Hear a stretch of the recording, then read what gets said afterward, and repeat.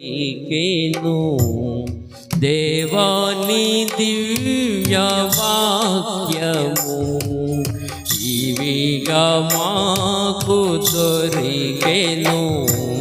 హల్లెలూయా హల్లెలూయా హల్లెలూయా హల్లెలూయా హల్లెలూయా హల్లెలూయా హల్లెలూయా హల్లెలూయా. పాపముతో నిండిన మమ్మును దీపము వంటి వాక్యమే, పాపముతో నిండిన మమ్మును దీపము వంటి వాక్యమే, కల్వరికి నడిపించి కలుషమును తొలగించి, కల్వరికి నడిపించి కలుషమును తొలగించి మా హృదయము వెలిగించెను. మా హృదయము వెలిగించెను. దేవాని దివ్య వాక్యము ఇవిగా మాకు దొరికెను. దేవాని దివ్య వాక్యము ఇవిగా మాకు దొరికెను. పాల వంటి వాక్యము తేనె కంటే మధురము, పాల వంటి వాక్యము తేనె కంటే మధురము, వెండి బంగారముల వెలయంతయైనాను, వెండి బంగారముల వెలయంతయైనాను తొలతూగవు నీ వాక్యముతో, తొలతూగవు నీ వాక్యముతో. దేవాని దివ్య వాక్యము ఇవిగా మాకు దొరికెను. మరి ఈ కుటుంబంలో చేసిన మేలులన్నీ కూడా జ్ఞాపం చేసుకుని మన సహోదరి మరియమ్మ గారు చక్కటి కూడికని ఏర్పాటు చేశారు. వారు వారి కుమారులు వారి కుమార్తె ఈ చక్కటి కూడికని ఏర్పాటు చేశారు కనుక మనం అందరం సంతోషంగా ప్రభుని స్తుతిద్దాం. ఒక మాట చదువుకుందాం. ఎఫెసీయులకు రాసిన పత్రిక 1వ అధ్యాయము 3వ వచనాన్ని మనం చదువుకుందాం. మన ప్రభువైన యేసుక్రీస్తు యొక్క తండ్రియగు దేవుడు స్తుతించబడునుగాక. ఆయన క్రీస్తునందు పరలోక విషయములలో ఆత్మ సంబంధమైన ప్రతి ఆశీర్వాదమును మనకు అనుగ్రహించి. చదవబడిన లేఖన భాగములో లేఖన భాగాన్ని మనం పరిశీలిస్తే, లేఖన భాగాన్ని మనం గమనిస్తే, ప్రభువైన యేసుక్రీస్తు యొక్క తండ్రి అయిన దేవుడు స్తుతించబడును గాక. అంటే సమీపించరాని తేజస్సులో ఆకాశ మహాకాశములు దాటి సమీపించరాని తేజస్సులో నిత్య సింహాసనాసీనుడై ఉన్న ఆ తండ్రి అయిన దేవుడు స్తుతించబడునుగాక అన్నాడు. ఎందుకు స్తుతించబడునుగాక? ఎందుకు ఆ దేవుడు ఆరాధించబడునుగాక? ఎందుకు ఆ దేవుడు ఘనపరచబడునుగాక అంటే, మనకి క్రీస్తునందు కొన్ని ఆశీర్వాదములు ఇచ్చాడు ఆ తండ్రి అయిన దేవుడు. ఎటువంటి ఆశీర్వాదములు అంటే, దేవుణ్ణి స్తుతించడములో 3 అంతస్తులు ఉన్నాయి. 3 అంతస్తులు. మొదటి అంతస్తు ఏదనగా భౌతిక సంబంధమైన ఆశీర్వాదములను బట్టి. చెప్పండి, ఆశీర్వాదాలు భౌతిక సంబంధమైన ఆశీర్వాదాలు లేక లోక సంబంధమైన ఆశీర్వాదాలను బట్టి దేవుణ్ణి మనం స్తుతించాలి. ఆ వచనములో అదే సత్యం నేర్పిస్తున్నాడు మనకి. ఎలాగంటే దైవం చూడండి అక్కడ, ఆయన క్రీస్తునందు పరలోక విషయములలో, సరే క్రీస్తునందు పరలోక విషయములలో ఆత్మ సంబంధమైన ప్రతి ఆశీర్వాదమును యేసు ప్రభు ద్వారా మనకు అనుగ్రహించాడు. అంటే పరలోక ఆశీర్వాదాలు, ఆత్మ సంబంధమైన ఆశీర్వాదాలు. ఆ స్టేట్మెంట్ ఇచ్చాడంటే అందులో మరొక మెసేజ్ ఉంది. ఏంటి ఆ మెసేజ్ అంటే, భూలోక సంబంధమైన శారీరక ఆశీర్వాదములు. ఆ స్టేట్మెంట్ కూడా అందులో ఉంది. అంటే భౌతిక సంబంధమైన ఆశీర్వాదాలను బట్టి దేవుని మనం స్తుతించాలి. 2, ఆత్మ సంబంధమైన ఆశీర్వాదాలను బట్టి దేవుని మనం స్తుతించాలి. 3, ఈ భౌతిక సంబంధమైన ఆత్మ సంబంధమైన ఆశీర్వాదాలు కాకుండా దేవుని యొక్క అనంత జ్ఞానాన్ని బట్టి దేవుని మనం స్తుతించాలి. ఇంకా అక్కడికి వెళ్ళేసరికి మనకి తెలియకుండానే దేవుని అనంత జ్ఞానమును బట్టి మన హృదయం చాలా ఆశ్చర్యపడి ఒక్కసారిగా దేవుణ్ణి స్తుతించకుండా మనం ఉండలేం. దేవుణ్ణి స్తుతించకుండా ఉండలేం. నిజంగా హృదయము నిజంగా తెరవబడి, నిజమైన నూతన జన్మ కలిగి, నిజంగా రక్షణ పొంది, నిజంగా హృదయము తెరవబడి, నిజంగా తిరిగి జన్మించిన వాడు నిజంగా ప్రభు జ్ఞానాన్ని అర్థం చేసుకుంటే దేవుణ్ణి స్తుతించక మానలేడు. అందుకే అపొస్తలుడైన పౌలు చెప్పిన మాట అదే. రోమీలకు రాసిన పత్రిక, నేను 3వ విషయాన్ని ఒకసారి మీ ముందుంచుతున్నాను దయవుంచి. రోమీలకు రాసిన పత్రిక 11వ అధ్యాయము 33వ వచనం ఒకసారి చదివితే ఆ 3వ అంతస్తు మనకు కనబడుతుంది. ఆహా, దేవుని బుద్ధి జ్ఞానముల బాహుళ్యము ఎంతో గంభీరము, ఆయన తీర్పులు శోధింపనెంతో అసత్యములు, ఆయన మార్గములెంతో అగమ్యములు. దేవుని జ్ఞానాన్ని చూడగానే, దేవుని జ్ఞానాన్ని ఒక్కసారి పౌలు హృదయానికి ప్రత్యక్షం కాగానే వెంటనే ఆయన ఏమని చెప్పిన, ఆహా, ఆశ్చర్యార్థకం, ఆహా అన్నాడంతే ఒకేసారి. తనకు తెలియకుండానే దేవుని పట్ల స్తుతి వెళ్ళిపోయింది. ఆహా, దేవుని బుద్ధి జ్ఞానముల బాహుళ్యము ఎంత గంభీరము అని దేవుని స్తుతించగలిగాడు. అందుచేత దేవుడు అనంత జ్ఞాని, దేవుడు మితిలేని జ్ఞానము కలిగిన వాడు. ఆయన ఎవరో మనకు అర్థం చేసుకోగలిగితే, ఏమండి, అసలు బ్రతుకాలం అంతా అర్థం కాదు, ఎంత నేర్చుకున్న అర్థం కాదు, కానీ ఆయన జ్ఞానం కొంచెమైనా మనకు అర్థమవుతే, ఆహా, దేవుని జ్ఞాన బుద్ధి బాహుళ్యములు ఎంత గాంభీరమని మనకు తెలియకుండానే మనం చెప్పగలుగుతాం. అవండి, అంచేత భౌతిక సంబంధమైన ఆశీర్వాదాలను బట్టి దేవుని స్తుతించాలి. తండ్రి అయిన దేవుడు స్తుతించబడతాడు. 2, ఆత్మ సంబంధమైన ఆశీర్వాదాలను బట్టి తండ్రి అయిన దేవుడు స్తుతించబడతాడు. 3, ఆయన ప్రణాళికలు, ఆయన మార్గాలైన జ్ఞానాన్ని బట్టి దేవుడు స్తుతించబడతాడు. ఓ, నీ జ్ఞానం ఇంత గొప్పదాన్ని దేవుని స్తుతించక మనం ఉండలేమంతే. ప్రభునందు పిల్లారా, అందుచేత మనం గమనిస్తే మొట్టమొదట భౌతిక సంబంధమైన ఆశీర్వాదాలను బట్టి దేవుని స్తుతించాలి. ఏంటి భౌతిక సంబంధమైన ఆశీర్వాదాలు అంటే, అసలు ఇంతవరకు ఈ గడియ వరకు మనం భూమి మీద బ్రతికున్నామంటేనే అది దేవుని ఆశీర్వాదం. అవునా కదా? ఈ గడియ వరకు బ్రతికున్నామంటే, ఈ క్షణం వరకు భూమి మీద బ్రతుకున్నామంటే దేవుని మహాకృప.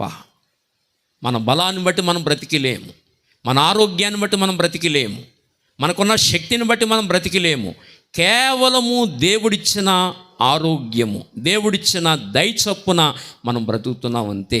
119:17 దావీదు అంటాడు, భక్త దావీదు అంటాడు, ఏమంటాడు తెలుసా? కేవలము నీ సేవకునైనా నీ దయ చొప్పున బ్రతికించుము అన్నాడు. మనం ఎందుకు బ్రతుకుతున్నామంటే కేవలము ఆయన దయ అంతే. అవండి, దానియేలు అంటాడు, దానియేలు ప్రవక్త అంటాడు కోరెష్ మహారాజు దగ్గర, బెల్షస్సరు మహారాజు దగ్గర అంటాడు, ఏమంటాడు తెలుసిన? నీ ప్రాణము, నీ సకల మార్గాలు ఆయన వశములో ఉన్నవన్నాడు. మన ప్రాణము, మన సకల మార్గాలు, మన జీవము ఆయన వశములో ఉన్నాయి. అందుకని అతను దేవుణ్ణి స్తుతించకుండా విగ్రహాలను ఆరాధించినప్పుడు, జీవం గల దేవుణ్ణి నువ్వు స్తుతించలేదు కనుక జీవము లేని వాటిని సేవిస్తున్నావు. మందిరంలో ఉపకరణాలు తీసుకొచ్చి అందులో ద్రాక్షారసం పోసి నీవు నీ రాణు వారందరూ కలిసి దేవుని ఘనపరచకుండా, జీవం గల దేవుణ్ణి సేవించకుండా ఈరోజు నీవు జీవము లేని వాటిని సేవిస్తున్నావు. జీవగల దేవుని సేవించకుండా, స్తుతించకుండా నీవు ఈ రీతిగా నిన్ను హెచ్చించుకుని ఇలా చేస్తున్నావు కనుక ఇదిగో దేవుడు నిన్ను కాటలోపి తూచాడు, కానీ నువ్వు లెక్కకు రాలేదు అని ఈ రాత్రి నీ ప్రాణం పోద్దన్నాడు. పోయిందంతే. మన ప్రాణమైన మార్గంలో ఉంది, ఆయన చేతుల్లో ఉంది. మన కాలగతులైన వశములో ఉన్నాయి, మన ప్రాణమైన వశంలో ఉంది, మన మార్గాలైన వశంలో ఉన్నాయి. నేటి వరకు మనం బ్రతికున్నామంటే దేవుణ్ణి స్తుతించాలి. మరియమ్మ గారు మస్కట్ చక్కగా వెళ్ళారు, చక్కగా రాగలిగారు. ప్రయాణవంతులు దేవుడు తోడై ఉన్నాడు. అక్కడ కొద్ది రోజులు వారు ఉన్నారు, చక్కగా పని చేసుకోవడానికి ప్రభు అవకాశం ఇచ్చారు. మళ్ళీ ప్రయాణంలో తోడై ఉన్నారు. క్షేమంగా మన మధ్యలోకి సహోదరిని నడిపించారు. ఇదంతా దేవుడిచ్చిన క్షేమం. ఇది బిడ్డల జీవితాల్లో దేవుడు అనేక మేలులు చేస్తున్నాడు. ఏమండి, ఆరోగ్యాలతో ఉన్నారు, క్షేమస్థితి కలిగి ఉన్నారు కనుక ఆ కారణాలను బట్టి దేవుణ్ణి మనం స్తుతించాలి. భౌతిక సంబంధమైన ఆశీర్వాదములను బట్టి దేవుణ్ణి మనం గణపరిచే వారంగా ఉండాలి. నేటి వరకు మనం బ్రతికున్నామంటే ప్రభువుని గణపరచాలి, ప్రభువుని స్తుతించాలి. ప్రభు నీవిచ్చిన ఆరోగ్యం అని చెప్పాలి. నా జీవితంలో కరోనా వచ్చింది, నేను హాస్పిటల్లో పెట్టబడ్డాను. నేను బ్రతికున్నానంటే ఆయన దయ. కరోనాలో ఎంతమంది చనిపోయారండి? ఎంతమంది చనిపోయారు? ఇక్కడ కూడా చాలామంది కరోనా వచ్చి ఉంటుంది, చాలామంది ఆ వ్యాధి బారిన పడుంటారు. ఇంకా మనం బ్రతుకున్నామంటే దేవుని కృప, దేవుని దయ. ఏమండి, అంచేతనే ప్రభా నేటి వరకు నేను బ్రతికున్నానంటే నీ దయే స్వామి అని ప్రభుని గణపరచాలి, ప్రభుని కొనియాడే వారంగా ఉండాలి, ప్రభునామాన్ని గణపరిచే వారంగా ఉండాలి. నేటి దినాన్ని బ్రతుకున్నామంటే ఆయన దయ, ఆయన కృప, కేవలము ఆయన కనికరం మనం గుర్తుపెట్టుకుని ప్రభుని స్తుతించాలి. అంతేకాదు, తినడానికి మనకేమిచ్చాడు? ఆహారాన్ని ఇచ్చాడు, కట్టుకోవడానికి వస్త్రాలు ఇచ్చాడు. ఏమండి, నేను మాట్లాడగానే ఒక ప్రశ్న అయినా, ఈరోజు మేము అన్నం తినలేదండి, నిన్న అన్నం తినలేదు, చేతులు ఎత్తండి ఒకసారి, చేతులు ఎత్తండి ఒకసారి. అలాంటి వాళ్ళు ఎవరైనా ఉన్నాం ఇక్కడ? ఎవరూ లేము. దేవుడు మనకేమనుగ్రహిస్తున్నాడు? అన్నవస్త్రాలు సమృద్ధిగా అనుగ్రహిస్తున్నాడు. ఏమండి, హాయిగా మనం తింటున్నాం, అన్నవస్త్రాలు దేవుడు సమృద్ధిగా ఇస్తున్నాడు. ద్వితీయోపదేశకాండం 10వ అధ్యాయం చూడండి ఒకసారి. ద్వితీయోపదేశకాండం 10వ అధ్యాయము ఈ మాట చదువుదాము ఒకసారి. 18వ వచనం చదువుదామా? 10-18 ఎవరైనా చదివి. ఆయన తల్లిదండ్రులు లేని వారికిని విధవరాలికిని న్యాయము తీర్చి పరదేశయందు దయ ఉంచి అన్నవస్త్రములను అనుగ్రహించువాడు. చూసారా, అన్నవస్త్రములను అనుగ్రహించే దేవుడు ఆయన. ఇవాళ మనం చక్కగా ఆహారం తినగలుగుతున్నామంటే ఆయన ఇచ్చిన దయ. కేవలం అన్నవస్త్రాలతో మనం దేవుడు పోషించి సంరక్షించి దేవుడు మనల్ని కాపాడుతున్నాడు. ఏ ఆశీర్వాదాలు ఇవి? భౌతిక సంబంధమైన ఆశీర్వాదములు. కనుక ఇచ్చిన ఆరోగ్యాన్ని బట్టి, ఇచ్చిన ఆయుష్ను బట్టి, ఇచ్చిన అన్నవస్త్రాలను బట్టి, అంతేకాదు మనం చక్కటి గృహాల్లో నివసిస్తున్నాం. దేవుడు అందరికీ చక్కటి గృహాలు ఇచ్చాడో లేదండి? అందరికీ చక్కటి గృహాలు ఇచ్చాడు. మనం అందరం చక్కటి గృహాలు కట్టుకోగలిగాం. ఇవాళ మంచి గృహాల్లో ఉండి మనం జీవించగలుగుతున్నాం. అది దేవుడిచ్చిన దయ. అంతేకాదు, సమాజములో ఒక స్టేటస్ను మనకి ఇచ్చాడు, సమాజంలో మనకి ఒక గౌరవాన్ని ఇచ్చాడు, సమాజంలో ఒక ఉన్నత స్థితిని దేవుడు మనకు అనుగ్రహించాడు. ఇది కేవలము ప్రభుని దయ. అంచేత ఇవన్నీ దేవుడు చేసిన మేలులు, ఇవన్నీ దేవుడు చేసిన ఉపకారములు. భార్యనిచ్చాడు, పిల్లల్నిచ్చాడు, భర్తనిచ్చాడు, పిల్లల్నిచ్చాడు, ఆరోగ్యాలు ఇచ్చాడు. ఇవాళ మనం ఆరోగ్యంగా ఉన్నామంటే కేవలము ఆయన కృప. ఇవన్నీ భౌతిక సంబంధమైన ఆశీర్వాదాలు. ఈ ఆశీర్వాదాలను బట్టి దేవుని మనం స్తుతించి గణపరచాలి. ఇది ఒక అంతస్తుని మనం ఎరగాలి. ఈ అంతస్తును బట్టి, భౌతిక సంబంధమైన భూలోక శారీరక ఆశీర్వాదాలను బట్టి దేవుని మనం గణపరిచి కొనియాడాలి. అది మొదటి విషయము. ఆ అంతస్తును బట్టి ప్రభువును మనం స్తుతించే వారముగా మనం ఉండాలి. ఇకపోతే రెండవ అంతస్తు ఏదనగా ఆత్మ సంబంధమైన ఆశీర్వాదాలను బట్టి దేవుణ్ణి మనం స్తుతించాలి. ఆత్మ సంబంధమైన అలాగుని పరలోక సంబంధమైన ఆశీర్వాదాలను బట్టి దేవుని స్తుతించాలి. ఓ మాట అడుగుతాను, మన జీవితకాలం ఎంత ఉంటుందండి లోకంలో? 70, అధిక బలం ఉంటే 80. ఈ ఆశీర్వాదాలు ఇస్తే సరిపోతుందా? ఇక్కడితో ఈ ఆశీర్వాదాలు ఇస్తే సరిపోతుందా? చాలదు కదా.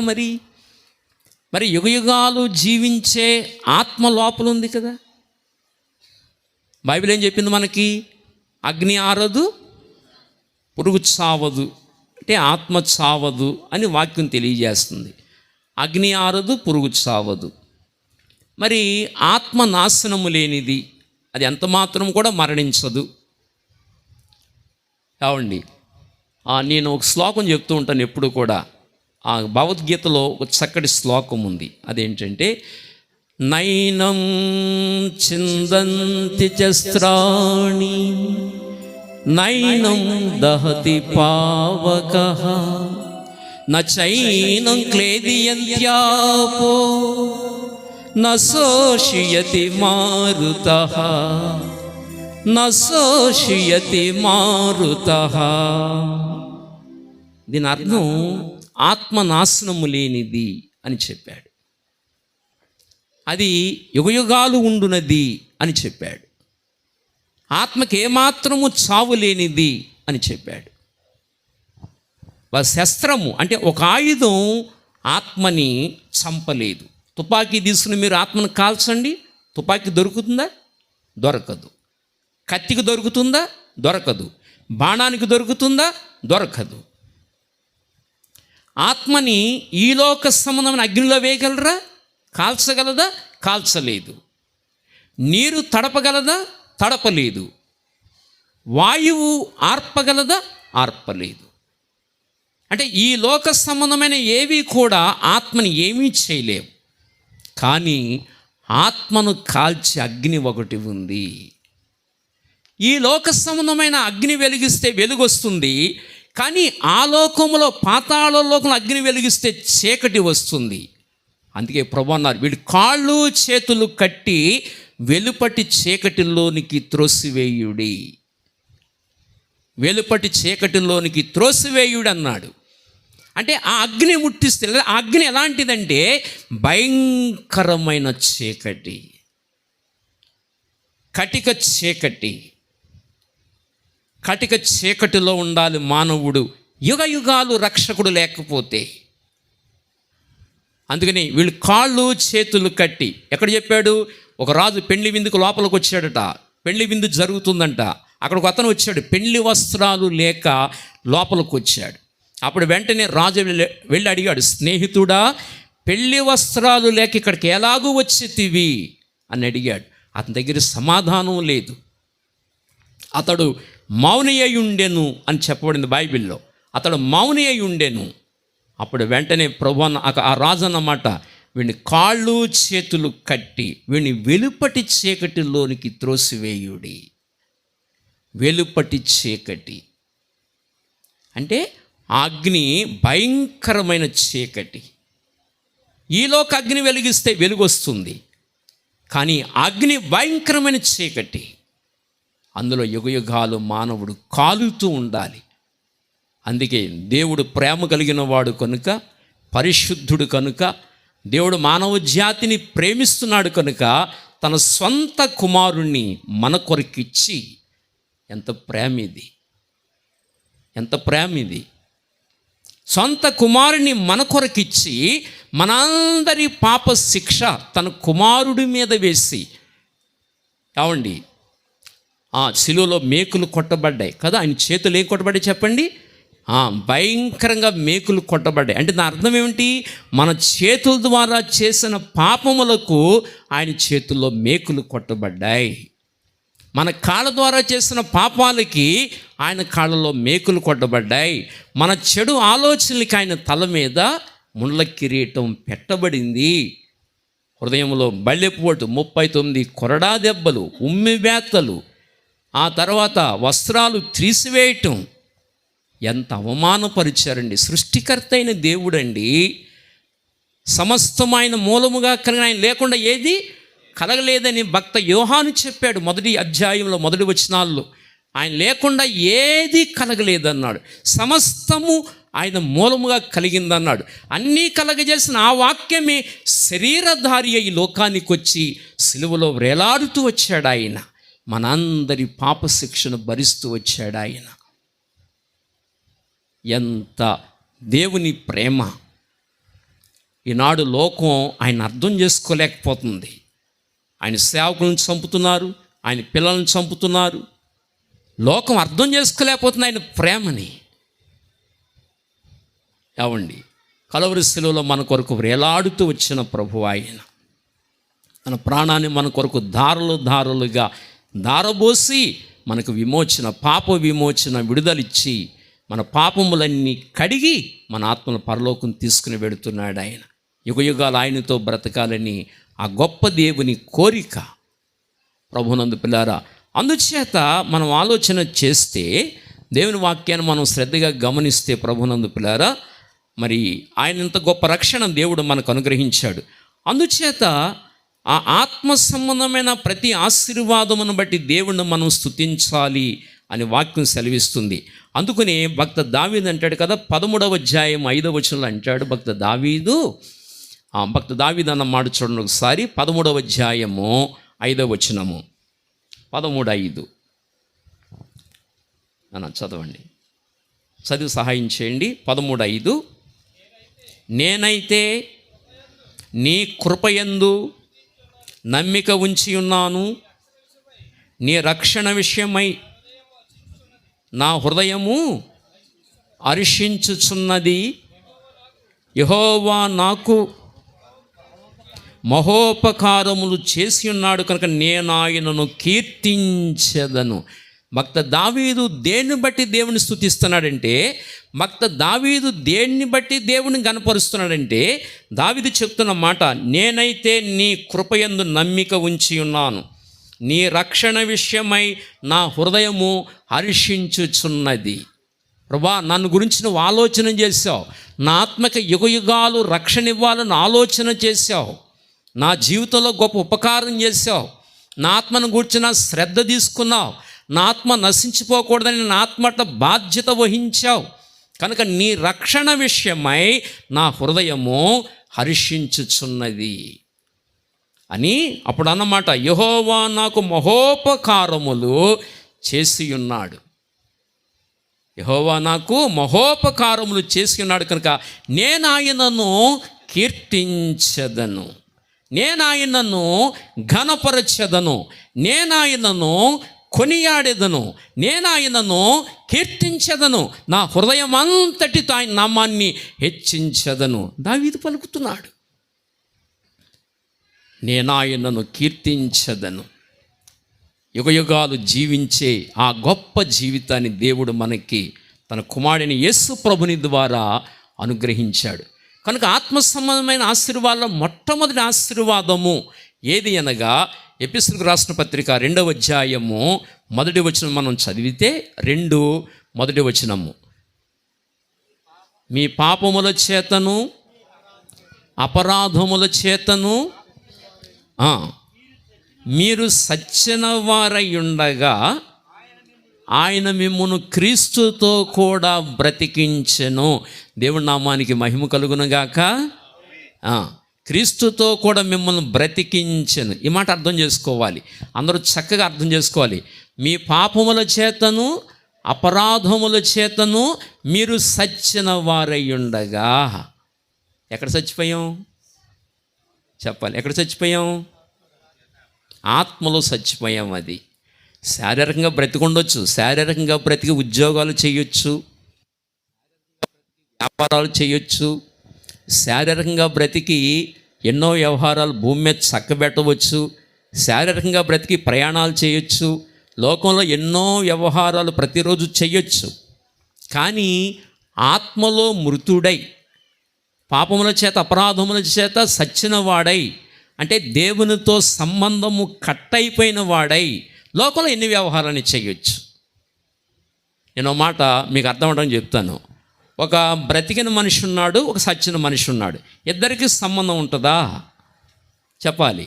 ఇప్పుడు బ్రతికున్న మనిషి మాట్లాడితే సచ్చినోడు వింటాడా? చెప్పండి, వింటాడా? ఎందుకని? అతడు చనిపోయాడు, ఒక వ్యక్తి బ్రతుకున్నాడు, ఇతడు చనిపోయాడు. బ్రతుకున్న వ్యక్తి మాట్లాడుతున్నాడు, వీడికి వినపడద్దా? వినపడదు. బ్రతుకున్న మనిషి అక్కడే తిరుగుతున్నాడు, ఇతను కనపడతాడా? కనబడ్డు. ఇద్దరికి కమ్యూనికేషన్ జరుగుద్దా? జరగదు. ఎందుకని? ఒక ఆయన బ్రతుకున్నాడు, ఒక ఆయన చచ్చిపోయాడు. అలాగే మానవుడు ఆత్మలో చనిపోయాడు కనుక దేవునికి మానవునికి కమ్యూనికేషన్ లేదు, సంబంధమే లేదు. ఇతడేమో పాపముల చేత అపరాధముల చేత ఇతడు చచ్చిపోయాడు, దేవుడు పరిశుద్ధుడై యుగయుగాలు బ్రతుకుతున్నాడు. మానవుడికి దేవునికి సంబంధమే లేదు. మీకు అర్థమైంది కదా? ఆ ఉపమానం తెగ అర్థమైంది కదా? ఇప్పుడు ఆత్మలో చనిపోయిన వాడిని బ్రతికించాలి. ఎందుకు చచ్చిపోయాడు? మనం అప్పుడప్పుడు వార్తల్లో వింటూ ఉంటాం, రే ఆ వ్యక్తి ఎందుకు చనిపోయాడు అంటే క్యాన్సర్ వ్యాధి వచ్చిందండి చనిపోయాడు అని చెప్తాం. లేకపోతే కరోనా వచ్చిందండి చనిపోయాడు అని చెప్తాం. లేకపోతే టీబీ వ్యాధి వచ్చిందండి చనిపోయాడు అని చెప్తాం.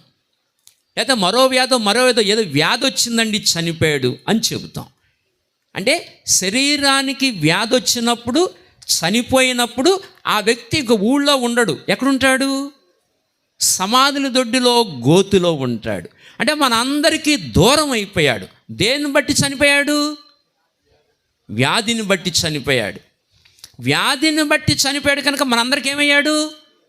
దూరం అయ్యాడు. ఊళ్ళో లేడు. ఇప్పుడు ఊరవతల సమాధుల దొడ్డిలో ఉన్నాడు. వ్యాధిని బట్టి చనిపోయాడు.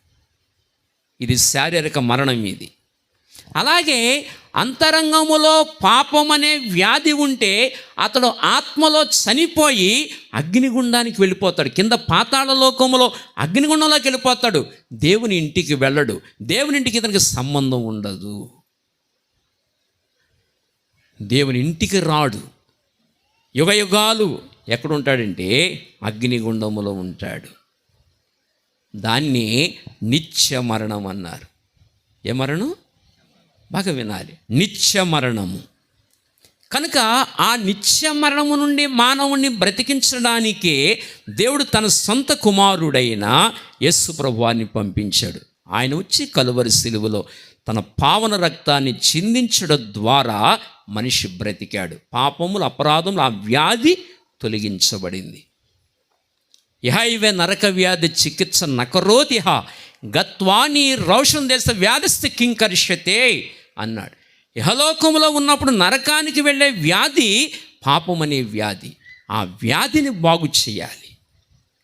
ఆ వ్యాధిని బాగు చేయాలంటే ఔషధం ఏది? పరిశుద్ధ రక్తము. పరిశుద్ధ రక్తము కావాలి. పాపం పరిహారం కావాలంటే రక్తము కావాలి.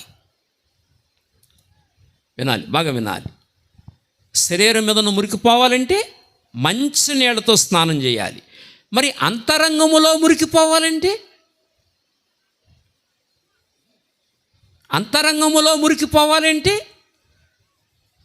యజ్ఞములు, యాగాదులు, పుణ్యకార్యములు కాదు. యెషయా గ్రంథం 64:6 ఏమన్నాడు చెప్పనా? మనమందరము అపవిత్రుల వంటి వారమైతిమి. మనందరము అపవిత్రుల వంటి వారమైతిమి. మనుషులందరూ ఏమయ్యారు? అపవిత్రులయ్యారు. దేవుడేమో పరిశుద్ధుడు, మానవులందరూ అపవిత్రులు. మానవులందరూ అపవిత్రులు అయ్యారు కనుక మా నీతి క్రియలన్నీ నీ దృష్టికి మురికి గుడ్డల వలె ఆయను. మన నీతి క్రియలన్నీ దేవుని దృష్టికి ఏమైపోయినాయి? మురికి గుడ్డలు. అంచేత నీతి క్రియలను బట్టి ఎవడు మోక్షానికి వెళ్ళడు. మనం చేసే మంచి కార్యాన్ని బట్టి ఎవడు పరలోకానికి ఎవడు వెళ్ళడు. అది సెకండ్ స్టెప్. అది దాన ధర్మాలు ఇవన్నీ సెకండ్ స్టెప్. మొదటి స్టెప్ ఏదంటే ముందు హృదయము కడుక్కోవాలి. అది మొదటి స్టెప్. అది నేను మీకు అందరికి అర్థం కావడానికి తేలిగ్గా అర్థం కావడానికి ఒక మాట చెప్తాను. జాన్ పాల్ అన్న, నేను మీ ఇళ్ళలో ఎవరో మీ ఇంటికి వచ్చాం. పాస్టర్ గారు మా ఇంటికి వచ్చేసరికి మీకు సంతోషం ఎక్కువైపోయి, అర్థమైందా? చాలా సంతోషం ఎక్కువైపోయి, ఇమ్మానుయేల్ రయ్య గారు, ఇంకా ఇక్కడ పెద్దలు ఉన్నారు, దైవజనులు, అందరం కలిసి మీ ఇంటికి వచ్చాం. రాగానే సంతోషం ఎక్కువైపోయి అప్పటికే మంచి సున్నుండలు చేసి ఉంచారు ఇంట్లో, ఇంత ఉన్నాయి మంచి సున్నుండలు జాడీలో పెట్టుంచారు. రాగానే మీరు ఏం చేస్తారంటే దొడ్లో అంట్లు తోముకుంటున్నారు.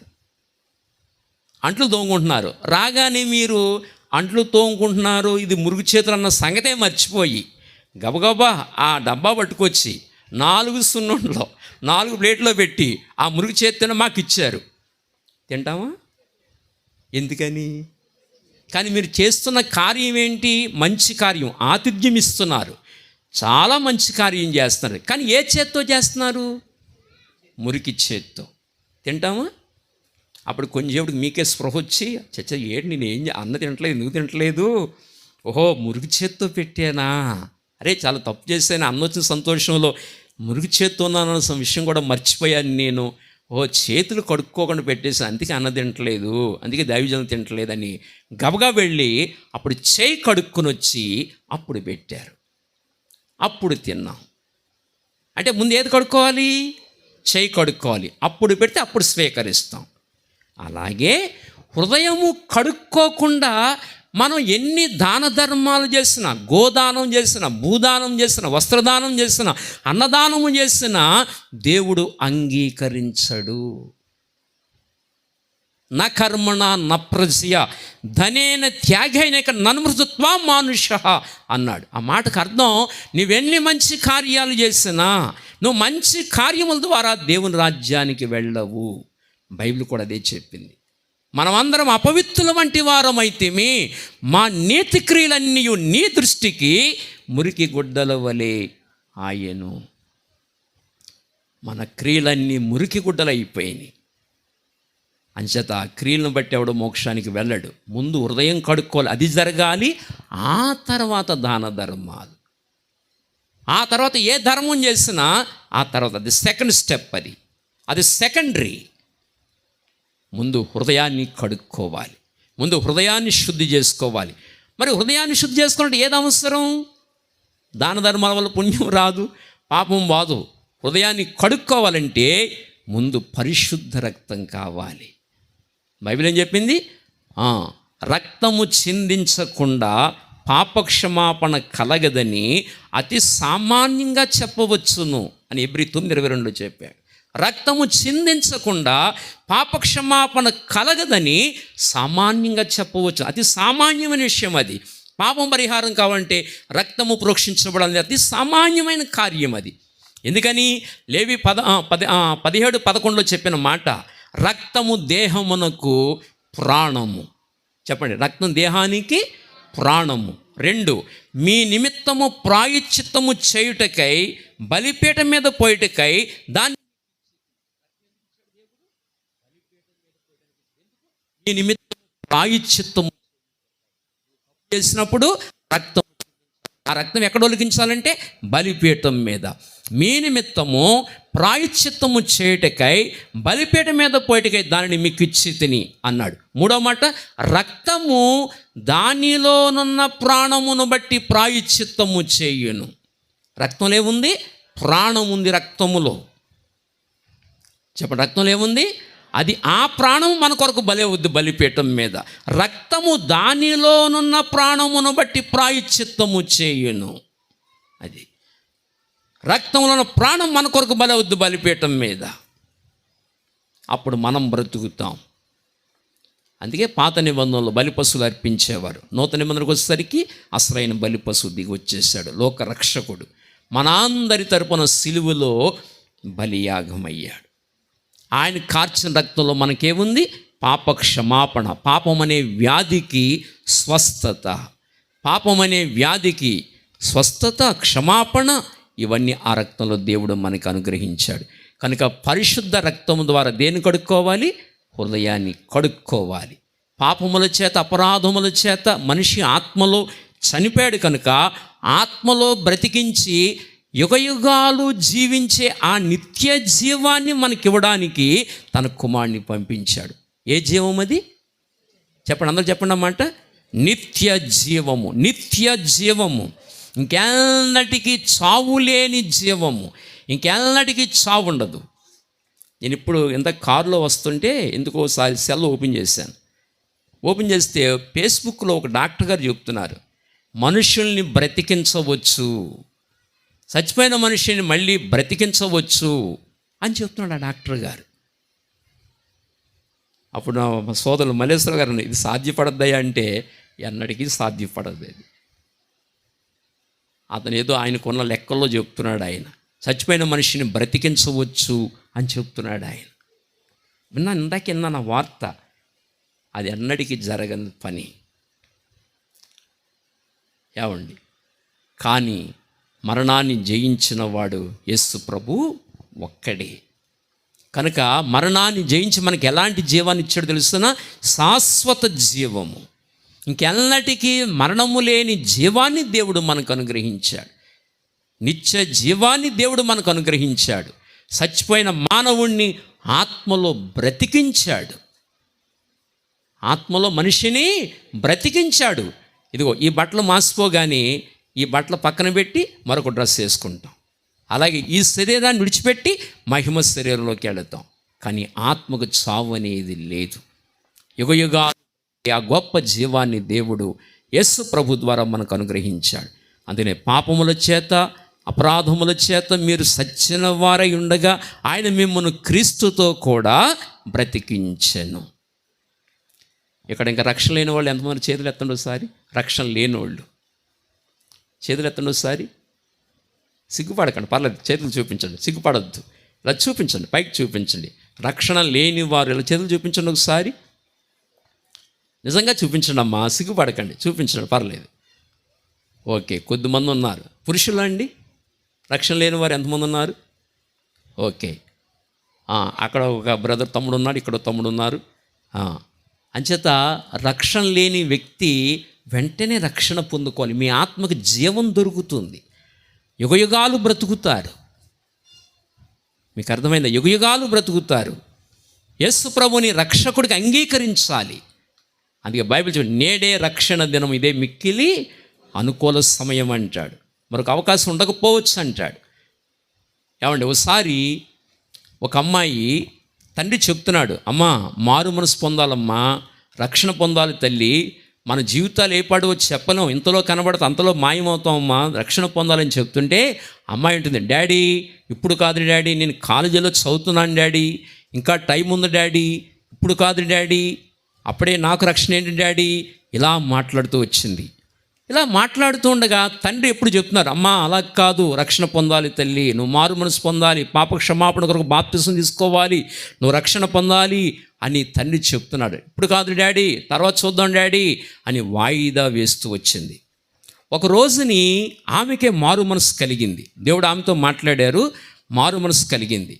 ఆమె అనుకుంది, పుట్టినరోజు వచ్చింది, ఆమె అనుకుంది ఇలాంటి చక్కటి కృతజ్ఞత కూడుకుని ఏర్పాటు చేసి ఇంటి దగ్గర నేను ఈరోజు సాయంకాలం రక్షణ పొందుతానని అనుకుని వాళ్ళ డాడీకి చెప్పి, డాడీ నేను మారు మనసు పొందాను, ఖచ్చితంగా నాకు మరి రక్షణ తీసుకుంటాను, కృతజ్ఞత కూడికి ఏర్పాటు చేయండి అంటే ఏర్పాటు చేశారు. మా స్నేహితులకు చెప్పొస్తాను అని ఐవీల్ చెప్పులు వేసుకుని ఆ రోజు సాయంకాలం మీటింగ్, ఆ రోజు ఉదయం తన స్నేహితుల దగ్గరికి వెళ్ళింది. రోడ్డు మీద నడుస్తూ ఉండగా ఐవీల్ చెప్పులు వేసుకుని వెళ్తుంది, టక్కన జోళ్ళు జారినవి. వెంటనే ఎప్పుడైతే జారిందో ఒక అంబాసిడర్ కారు వచ్చి ఆమెను గుద్దుకు వెళ్ళిపోయింది. అంతే, రోడ్డు మీద చనిపోయింది. అంతే. సాయంకాలం ఏం పొందుకుంటుంది? రక్షణ పొందుకుంటుంది. అంతే, చనిపోయింది. ఆ వార్త తండ్రికి తెలియగానే పరిగెత్తుకుని వచ్చి ఆమె దగ్గర తీసుకుని ఏడుస్తూ, తల్లి చచ్చిపోయినందుకు ఏడట్లా, రక్షణ పొందకుండా చనిపోయావు. రక్షణ చావు ఎవరికైనా ఉంది, ఎప్పటికైనా లోకంలో చనిపోవాలి. కానీ నీవు రక్షణ పొందకుండా చనిపోయావు తల్లి. ఎన్నో అవకాశాలు దేవుడు నీకు ఇచ్చాడు, కానీ ఇప్పుడు కాదు డాడీ, తర్వాత చూద్దాం అని చెప్పుకుంటూ వచ్చావు, కానీ అవకాశం దొరకలేదు. అందుకే బైబిల్ చెప్పుదు, నేడే రక్షణ దినము, ఇదే మిక్కిలి అనుకూల సమయం అంటాడు. మరొక సమయం అనుకూలం కాకపోవచ్చును. అందుకే వాక్యం వింటున్నప్పుడే త్వరపడి రక్షణ పొందాలి. రక్షణ పొంది ఆత్మకు కావలసిన జీవాన్ని పొందుకోవాలి. పాపాన్ని విడిచిపెట్టాలి, పరిశుద్ధులం కావాలి, ఆయన నామములో రక్షణ పొందుకొని దేవుని రాజ్యానికి వారసులు కావాలి. నిత్య జీవాన్ని ఇవ్వడానికి యేసు ప్రభువు ఈ లోకానికి వచ్చాడు. నిత్య జీవాన్ని ఇవ్వడానికి వచ్చాడు. ఏమండి, అసతోమా సద్గమయ, తమసోమా జ్యోతిర్గమయ, మృత్యోర్మా అమృతంగమయ అంటాడు. ఆ మాటకు అర్థం ఏమిటి? అసతోమా సద్గమయ అంటే అసత్యములో ఉన్నాను, నన్ను సత్యములోకి నడిపించు. ఆ సత్యం ఎవరు? యేసయ్య, నేనే సత్యము. తమస్సోమా జ్యోతిర్గమయ, తమస్సు అంటే చీకటి, జ్యోతిర్గమయ నన్ను వెలుగులోకి నడిపించు అన్నాడు. వెలుగు ఎవరు? దేవుని జ్ఞానం ఎవరు? యేసయ్య. మూడవ మాట, మృత్యోర్మా అమృతంగమయ అంటే నన్ను మరణములో నుంచి జీవములోనికి దాటించు. మరి జీవాధిపతి ఎవరు? మరణాన్ని జయించిన వాడెవరు? చావుని జయించిన వాడెవరు? యేసు ప్రభువే కదా. ఆ శ్లోకం ఆయనకే అప్లై చేయాలి. మృత్యోర్మా అమృతంగమయ, యాజ్ఞవల్కుడైన మహర్షి పలికాడు. మృత్యోర్మ అమృతంగమయ అంటే నన్ను మరణంలో జీవంలోనికి దాటించు. బైబిల్ ఏం చెప్తుంది? యేసునందు విశ్వాసం ఉంచిన వాడు మరణములో నుండి జీవములోనికి దాటి ఉన్నాడని వాక్యం చెబుతుంది. ఆ జీవాన్ని ఇచ్చిన వాడు ఎవరంటే యేసు. మరణాన్ని జయించి తిరిగి లేచాడు ఆయన. వాస్తవంగా కనబడుతుంది అక్కడ.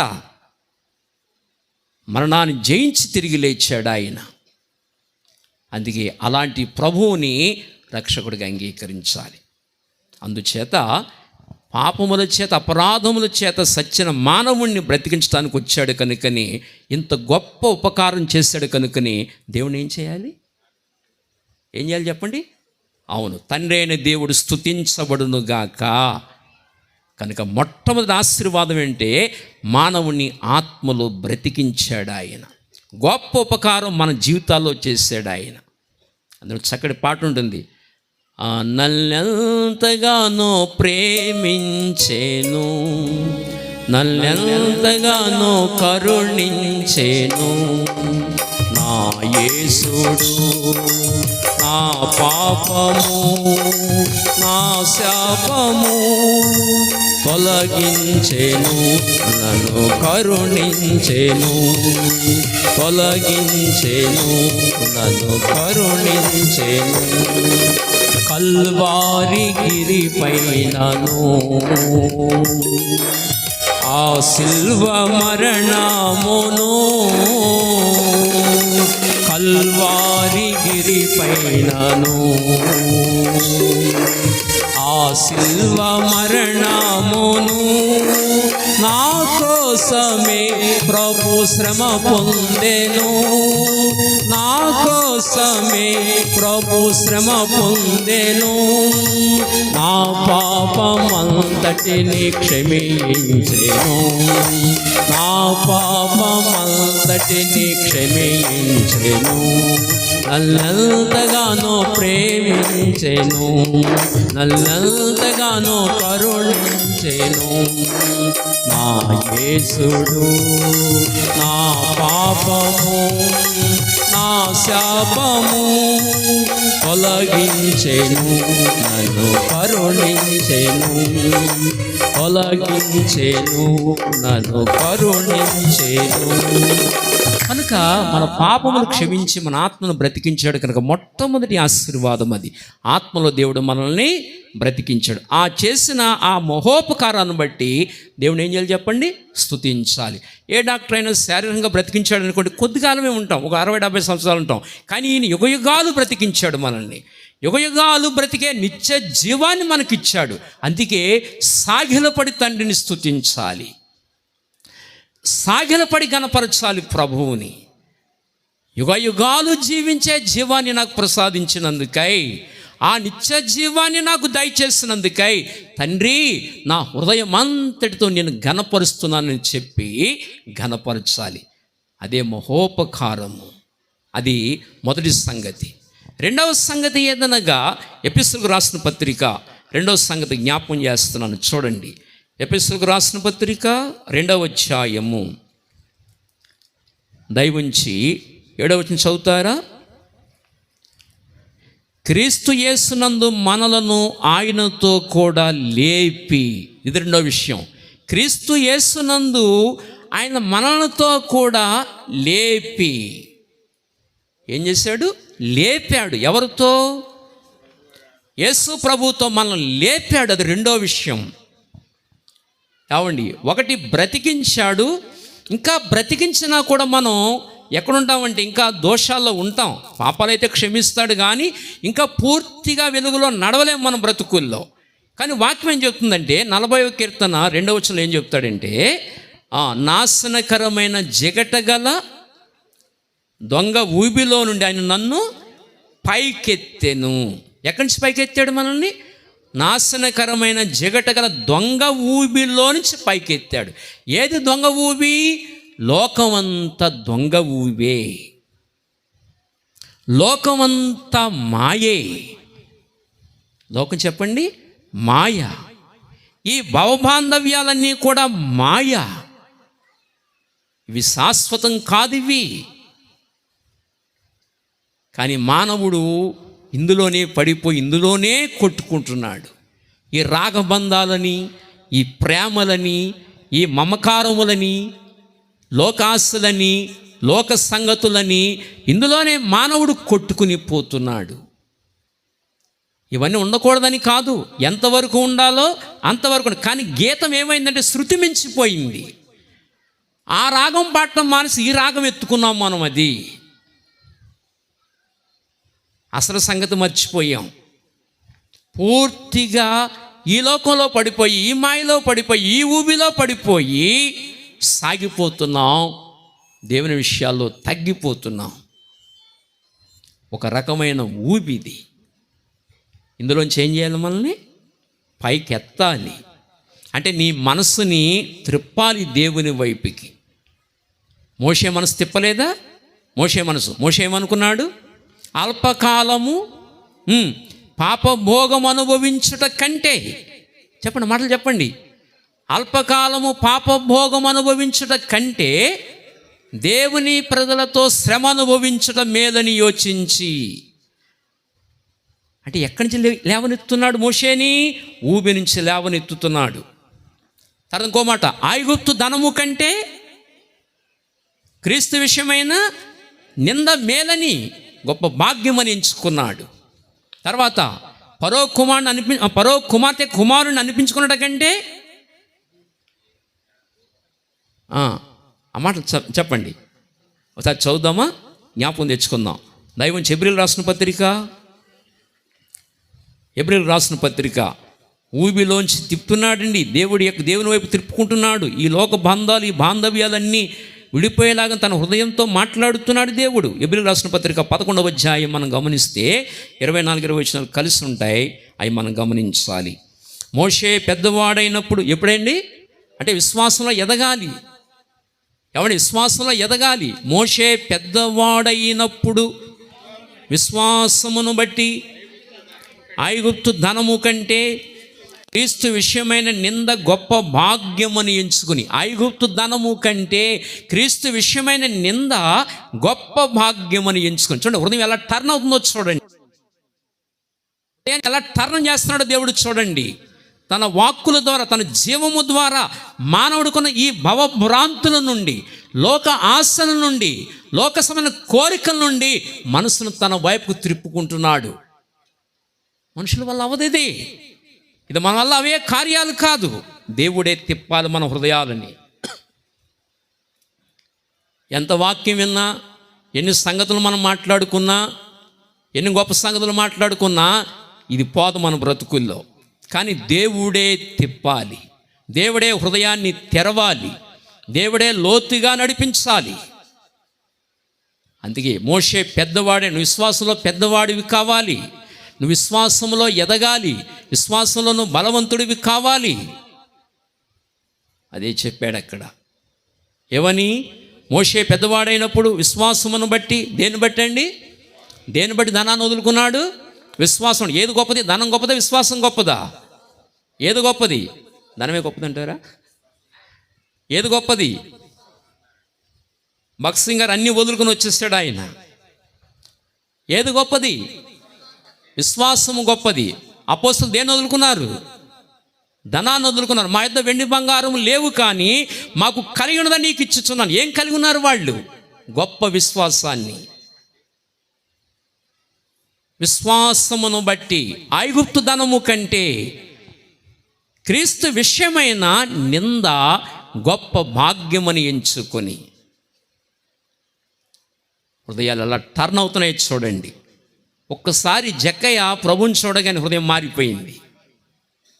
యెషయా ఎవరి దగ్గర అన్యాయంగా తీసుకుంటే 4 తిరిగిస్తాను, నా ఆస్తిలో సగము బేదలకు ఇస్తాను.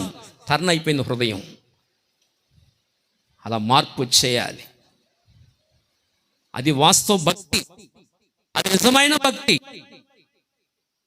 భావ బాంధవ్యాల నుంచి, ఊబి నుండి పైకి లేవనెత్తే దేవుడు ఆయన.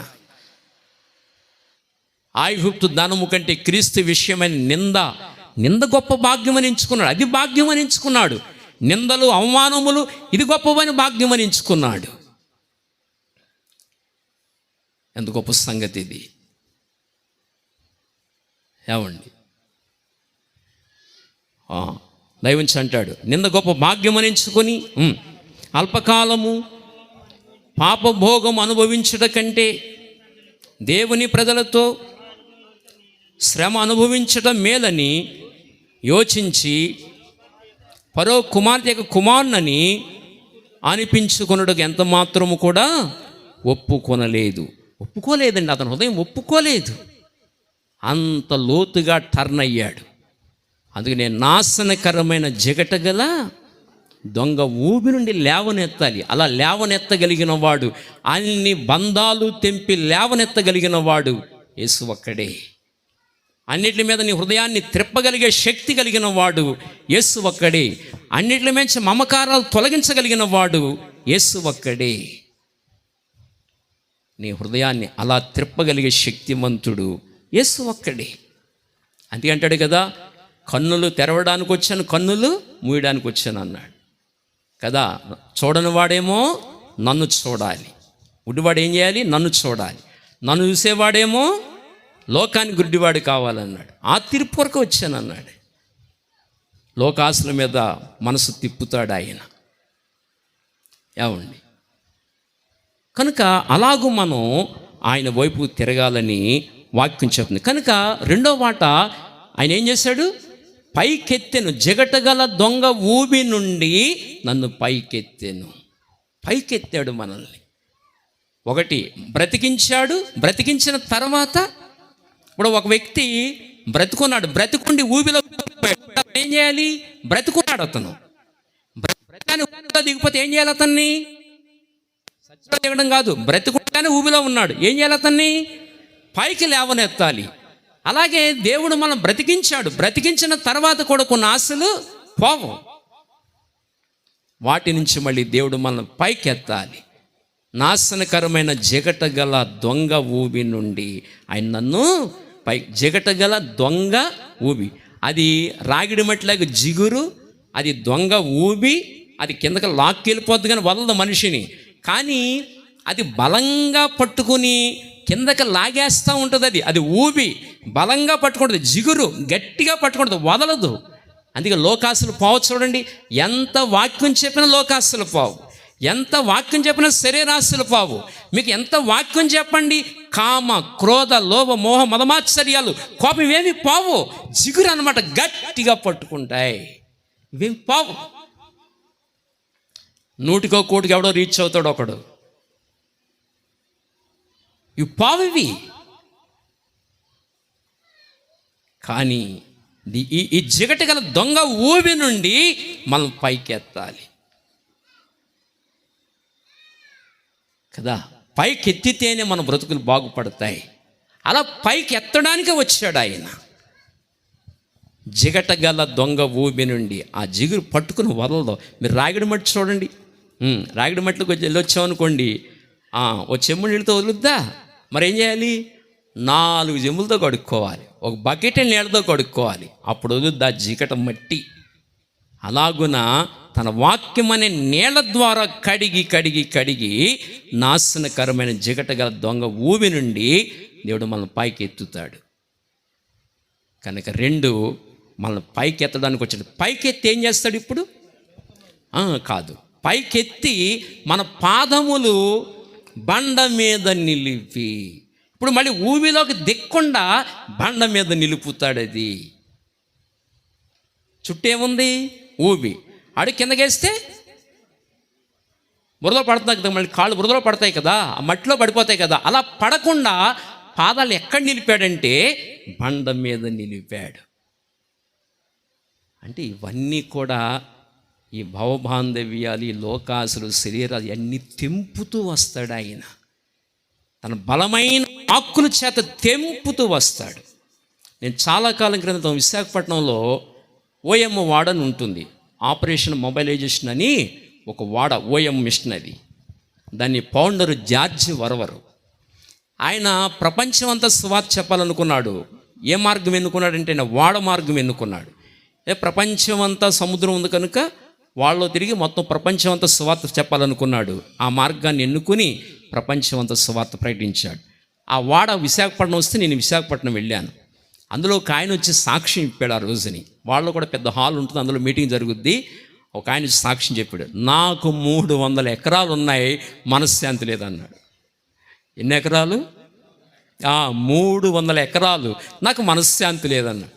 నాకు ఎప్పుడు మనశ్శాంతి వచ్చిందంటే ఈ 300 ఎకరాలు ప్రభువుకి ఇచ్చి ఇదిగో దేవుని పిల్లలతో ఈ వాడలో తిరుగుతుంటే నాకు చాలా మనశ్శాంతి వచ్చిందని చెప్పాడు. దేవుడు నామానికి మహిమ కలుగును గాక. అంటే ఎన్ని ఎకరాలు మించి మనసు తిప్పాడు దేవుడు? అది 300 ఎకరాలు. చూడండి, మనసును తిప్పేసాడు అంతే. మోషే మనసును అలాగున మన మనసును తిప్పే దేవుడు ఆయన. ఏమండి, అంచేత చాలామందికి ఎంత భక్తి చేస్తున్న ఇలాంటి పోవు, అంటే అంత తొందరగా పోవాలండి. దేవుని వాక్యం వినగా వినగా అప్పుడు ఇలాంటి విషయాలన్నీ విరిగి దేవుని వైపు తిరగడం అనేది జరుగుతుంది. కనుక నాశనకరమైన జిగటగల దొంగ భూమి నుండి లేవనెత్తి పాదాలు ఎక్కడ నిలిపాడు? బండం. మళ్ళీ ఎక్కడ దిగిపోకుండా? ఊబిలోకి దిగిపోకుండా. అందుకని ఎప్పుడు ఆయన వైపు చూడాలి మనం. రక్షణ కాపాడుకోవడం చాలా కష్టం అండి. యాసలు పోవడం చాలా కష్టం, అంత తేలికైన విషయం కాదు ఇది. మొత్తం ఇశ్రాయేలు పిల్లలు ఎంతమంది బయలుదేరారు? 6 లక్షల కాల్బోలం. వాళ్ళందరూ వివాహితులు, పిల్లలు ఉన్నారన్నాడు. అంటే ఇంచుమించుగా 30 లక్షల ప్రజలు. ఎంతమంది లేరు కానానికి? 2. అంటే 15 లక్షలకి ఒకడు. అది కనుక ఈ రక్షణ కాపాడుకోవడం చాలా కష్టం. రక్షణ చాలా జాగ్రత్తగా కాపాడుకోవాలి. ఏమండి, అంచేత 2 లేవనెత్తి బండ మీద నిలిపాడు. అది 2వ ఆశీర్వాదం. 3వ ఆశీర్వాదం ఏమిటి? అక్కడ చదవండి. పరలోకమందు ఆయనతో కూడా కూర్చుండబెట్టాను. ఎక్కడ కూర్చోబెట్టాడండి? పరలోకమందు ఆయనతో కూడా కూర్చుండబెట్టాను. పరలోకమందు ఆయనతో కూడా కూర్చుండబెట్టినంటే అప్పుడు ఇంకో వచ్చిన చదవాలి మనం. ప్రకటన గ్రంథము 3వ అధ్యాయము. నేను తొందరగానే ముగిస్తాను పిల్లారా. 3వ అధ్యాయము 21 చదవండి. ఆయనతో కూడా కూర్చోబెట్టే అర్థం ఏమిటంటే, అప్పుడు చదవండి 21.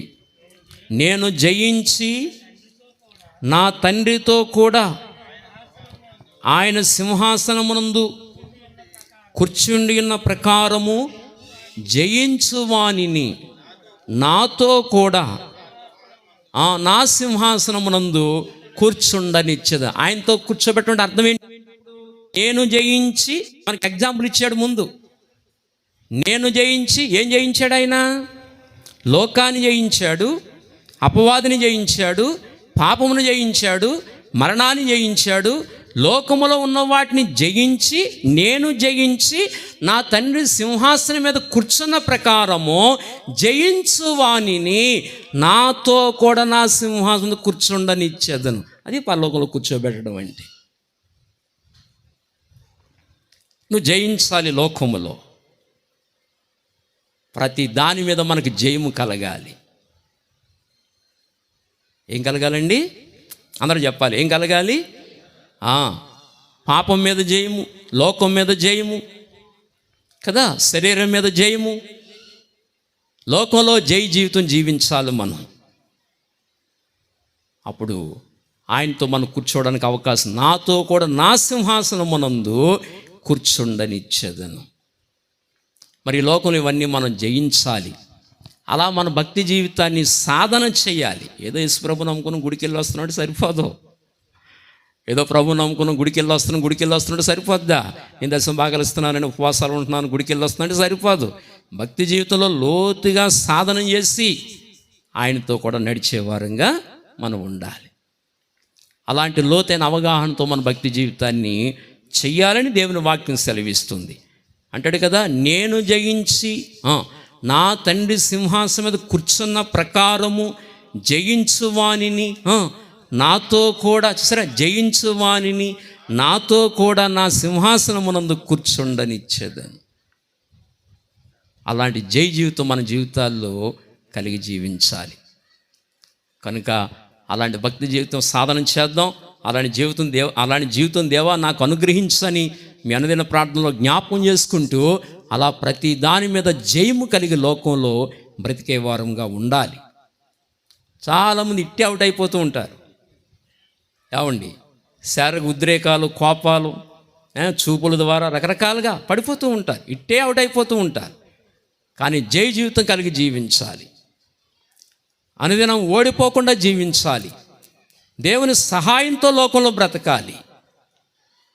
అలాంటి లోతైన అవగాహనతో మన భక్తి జీవితాన్ని చేయాలని దేవుని వాక్యం మనకి నేర్పుతుంది. అదెన్నో ఆశీర్వాదం, ఎన్ని గొప్ప కార్యాలే. ఈ ఆశీర్వాదాలు ఇవ్వడానికి వచ్చాడు. అలా ఎవరు త్రిప్పలేరు మన జీవితాన్ని, ఆయన ఒక్కడే త్రిప్పగలడు. ఇది 3వ ఆశీర్వాదం. 4వ ఆశీర్వాదం ఏమిటంటే, ఇది ఒక్కటి నేను చెప్పి నేను ముగించేస్తాను. 4వ ఆశీర్వాదం ఏమిటంటే, చూడండి, ఎపిసోడ్కు రాసిన పత్రిక 2వ అధ్యాయము, ఈ మాట చెప్పి నేను ముగిస్తాను. చూడండి, 2వ అధ్యాయము 6వ వచనం కానీ చదవండి. క్రీస్తు యేసునందు ఆయన మనకు చేసిన ఉపకారము ద్వారా అత్యధికమైన తన కృపా మహదైశ్వర్యమును రాబోవు యుగములలో కనబరుచు నిమిత్తము, రాబోవు యుగాలలో కనబరుచు నిమిత్తము. అందరూ ఈ మాట కొంచెం శ్రద్ధగా వినాలి. రాబోవు యుగాలలో కనబరుచు నిమిత్తం. ఎప్పుడు కనపరచాలంటే మనం రాబోవు యుగాలలో కనబరచాలంటే ఏం కనబరచాలి? మనమట రాబో యుగాల్లో కనబరచాలంట. రాబో యుగాలలో ఏం కనబరచాలి? తన కృపా మహదైశ్వర్యమును. బాగా వినాలి. తన కృప, వినండి, బాగా వినండి, కొంచెం మాటలో జాగ్రత్తగా వినండి. తన కృపా మహదైశ్వర్యమును రాబో యుగాలలో కనబరుచు నిమిత్తము మనం రక్షించాడు. అది పరలోకంలో కూర్చొని అది. మీకు పాయింట్ అర్థమైందా? ఆ మాట మీరు గమనించారా? ఏ మాట? తన కృపా మహదైశ్వర్యం రాబో యుగాల్లో కనబరుచు నిమిత్తము క్రీస్తు యేసునందు మనల్ని ఆయనతో కూడా లేపి పరలోకమందు ఆయనతో కూడా కూర్చుండబెట్టెను. ఎందుకు లేపాడు? ఎందుకు కూర్చోబెట్టాడు? రాబో యుగాలు తన కృపా మహదైశ్వర్యమును కనబరుచు నిమిత్తము. ఎవరికి కనబరచాలి? అలా ఎందుకు కూర్చుండబెట్టాడు మనల్ని? కనబరుచు నిమిత్తము. అది కేవలం అగ్నిగుండం తప్పించుకోవడానికే కాదు మనం రక్షించింది. బాగా వినాలి. కేవలం అగ్నిగుండం తప్పించడానికే కాదు మనం రక్షించింది. ఎందుకు రక్షించాడంటే మనల్ని రాబోయే యుగాలలో క్రీస్తు యేసునందు తండ్రి అనే దేవుడు మనకు చేసిన ఉపకారము ద్వారా రాబోయే యుగాలలో తన కృపా మహదైశ్వర్యమును కనబరుచు నిమిత్తము మనల్ని లేపి పరలోకంలో కూర్చొనబెట్టాడు.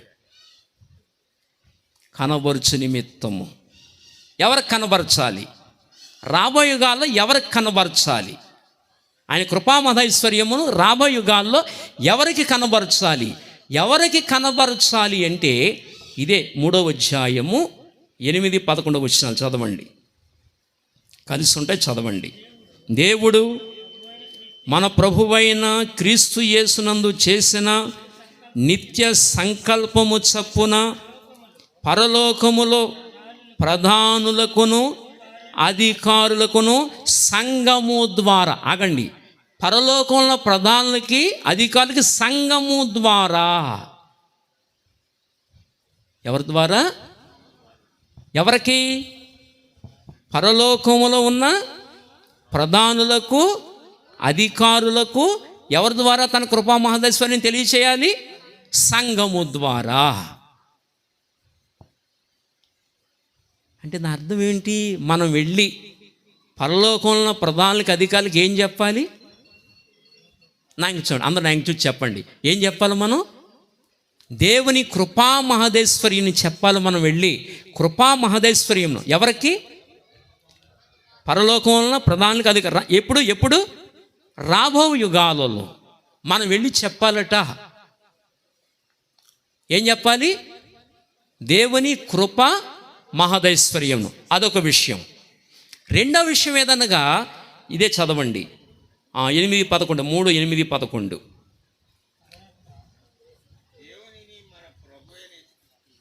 దేవుడు మన ప్రభువైన యేసు క్రీస్తునందు చేసిన నిత్య సంకల్పము చొప్పున పరలోకంలో ప్రధానులకు అధికారులకును సంఘము ద్వారా తన యొక్క నానా విధమైన జ్ఞానము ఇప్పుడు తెలియబడవలని ఉద్దేశించి.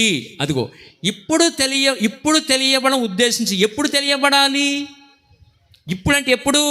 అంటే సంఘం ఎత్తబడి అక్కడికి వెళ్ళిన తర్వాత అప్పుడు సంఘము ద్వారా దేవుని యొక్క నానావిధ జ్ఞానము పరలోకంలో ప్రధానులకు అధికారులకు సంఘం వెళ్ళి చెప్పాలి. అది దేవుని యొక్క నానావిధ జ్ఞానము చెప్పాలి వెళ్ళి.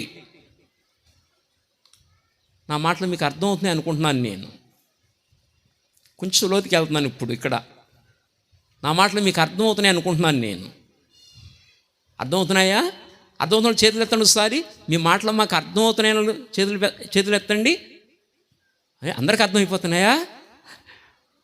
చాలా సంతోషం. అర్థమైపోతున్నాయా? అర్థమవుతున్నాయా?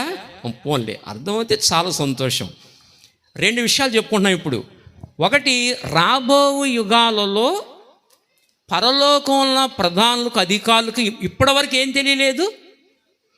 ఒకటి, దేవుని కృపామహదైశ్వర్యం తెలియలేదు. రెండు, దేవుని నానావిధ జ్ఞానం తెలియలేదు. మరి తెలియని ఈ రెండు ఎవరు వెళ్ళి చెప్పాలి? సంఘం వెళ్ళి చెప్పాలి. అది నీకు ఎంత ఆధిక్యతనిచ్చాడండి అసలు. మనం వెళ్ళి చెప్పాలి. మొట్టమొదటి విషయం చెప్పిన తన కృపా మహదైశ్వర్యం చెప్పాలి. కృపా మహదైశ్వర్యము. ఇప్పుడు మీరు రక్షణ ఎలా పొందారు? ఆయన కృపను బట్టి. ఆయన కృపేనా మన కార్యాలా? మన నీతి కార్యాలా? మన మంచితనమా? మన భక్త్యా? మన నీతి కార్యాలా? మన జ్ఞానమా? చెప్పండి. కేవలం ఆయన కృప.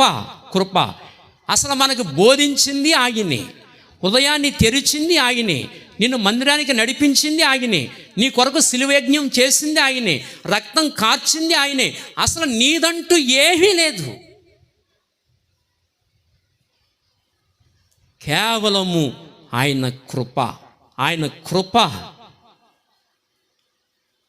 రక్షణ పొందే విషయంలో మనదంటూ ఏమీ లేదు అసలు. కేవలము తన కృప ద్వారా నేను రక్షించుకున్నాడు అంతే. మన తెలివితేటల ద్వారా రక్షణ పొందలా, మన భక్తి వల్ల రక్షణ పొందలా, మన జ్ఞానం వల్ల రక్షణ పొందలా, మన నీతి కార్యాల రక్షణ పొందలా.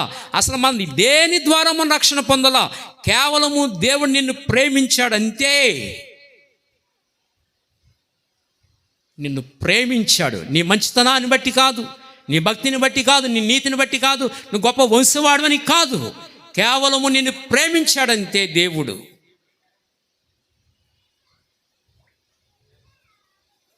అది సంగతి.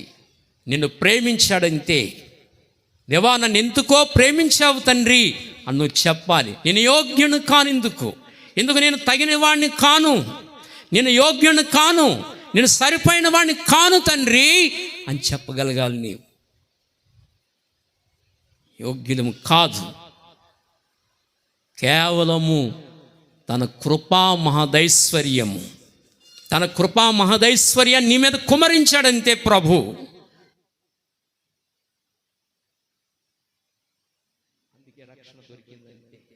కానీ మన భక్తిని బట్టి కాదు, గొప్ప వంశవారమని కాదు, మన నీతిమంతులమని కాదు, నాకేదో టాలెంట్ ఉందని కాదు. తన కృపా మహదైశ్వర్యాన్ని బట్టి నీకు రక్షణ ఇచ్చాడు. ఇది పట్టుకెళ్ళి నువ్వు అక్కడ చెప్పాలి. పరలోకంలో ప్రధానులకు అధికారులు ఎలా ఉన్నారో చెప్పనా? ఆయనంత కృప కలిగిన వాడు కాదు, ఆయనంత దయ కలిగిన వాడు కాదు, అంత ప్రేమ కలిగిన వాడు ఏమీ కాదు. అక్కడ కూడా సైతాన్ని పాడు చేశాడు. మానవ జాతిని ఆదాము మొదలుగా అందరినీ పాడు చేసినట్లుగా, అందరి మనసులు చెడిపినట్లుగా పరలోకంలో కూడా విశ్వ సామ్రాజ్యాన్ని కూడా చెడిపేశాడు వాడు. అక్కడి నుంచి వాళ్ళ ఆలోచనలు మారిపోయినాయి. ఈయనేమి అంత ప్రేమ కలిగిన వాడు కాడు, అంత గొప్పవాడేమీ కాదు, అంత దయ కలిగిన స్వామి ఏమీ కాదు అని ఇలాంటి చెత్తంత పరలోకవాసులో చేరుకుపోయి ఉంది. అందుకే సంఘం వెళ్ళి చెప్పాలి, పరలోకంలో ప్రధానులారా, అధికారులారా, నేను ఎలా వచ్చానో తెలుసా? ఇక్కడికి కేవలము ఆయన కృపను బట్టి ఇక్కడికి వచ్చాను. ఇదిగో నేను నీచుడను, నేను చెడిపోయిన వాడను, నేను పనికి మాలిన వాడను, ఎందుకు పనికిరాని వాడను. నా హృదయము పూర్తిగా చెడిపోయిన హృదయము, బాల్యం నుండి నా హృదయం చెడిపోయిన హృదయము, చెడు తలంపులు, చెడు ఆలోచనలు, చెడు చూపులు, చెడు కార్యాలు, టోటల్గా నా జీవితం చెడిపోయిన జీవితం. నన్ను ప్రేమించాడు ఈయన, తన కృపా మహదైశ్వర్యాన్ని బట్టి నన్ను ప్రేమించి నన్ను రక్షించి ఇదిగో ఇక్కడికి తీసుకొచ్చాడు. ఆయన ప్రేమ ఉన్నతమైంది, తన కృపా మహదైశ్వర్యాన్ని బట్టి నన్ను రక్షించి అక్కడ తీసుకొచ్చాడు అని ఇది నీవు అనుభవించి నీ అనుభవంలోంచి వెళ్ళి చెప్పాలి. నీ అనుభవంలోంచి వెళ్ళి చెప్పాలి. నీవు ఆయనకి నువ్వెలా రక్షణ పొందావో, నువ్వెలాగో పరలోక రాజ్యానికి వెళ్ళావో నీ అనుభవంలోంచి చెప్పాలి ఈ మాట. ఎవరికి చెప్పాలి? ఎవరికి? ప్రధానులకు, రాబోయేగాలో ప్రధానులకు, అధికారులకు చెప్పాలి. ప్రధానులకు, అధికారులకు చెప్పాలి. ఎంత భాగ్యం ఇచ్చాడు. అందుకు నేను కూర్చుండబెట్టాడు పరలోకంలో లేవనెత్తి. కేవలం నరకం తప్పించుకోవడానికి కాదు, నువ్వు వెళ్ళి వాళ్ళకి బోధించాలి. అంత జ్ఞానముతో నిన్ను నింపుతాడు ఆయన. రెండో విషయం, దేవుని నానావిధ జ్ఞానం అన్నాడు. దేవుని నానావిధ జ్ఞానము. వాళ్ళకు కూడా ఏం తెలియలేదు? నానావిధ జ్ఞానము తెలియలేదు. వెళ్ళి దేవుని నానావిధ జ్ఞానాన్ని సంఘము ద్వారా వెళ్ళి మన ద్వారా వాళ్ళకి తెలియచేయాలి. పరలోక ప్రధానులకు, అధికారులకు దేవుని యొక్క నానావిధ జ్ఞానము తెలియచేయాలి. దేవుడు అనంత జ్ఞానము కలిగిన వాడు. ఏమండి, అసలు మన గురించి ఒకసారి ఆలోచించండి మీరు. మన కడుపు గురించి ఆలోచించండి. కడుపు గురించి అందరూ ఇంతంత ముక్కలు మింగుతామా? అర్థమైందా మాట? ఇంతంత ముక్కలు. ఏ ముక్కలు అవి? చికెన్ ముక్కలు, మటన్ ముక్కలు, ఇంతంత ముక్కలు గుడుక్కుని మింగుతాం కదా. ఇంతంత ముక్కలు. ఇంత ముక్క లోపలికి వెళ్ళి కానీ అరిగిపోతుందా? అంటే బయట నుంచి లోపలికి ఏది వెళ్ళి ఏమవుతుంది? అరగొట్టి పాడేస్తుంది. ఒప్పుకోదు అది. ఏదొచ్చినా అరగొట్టేస్తుంది. అలా అరగొట్టలేదనుకోండి, ఏ గీతం పాడాలి? పరవాసునే జగం అని గీతం పాడాలి మరి కదా. ఏది తిన్నా ఏమవుతుంది? అరిగిపోతుంది. ఏదెళ్ళినా అరిగిపోద్ది.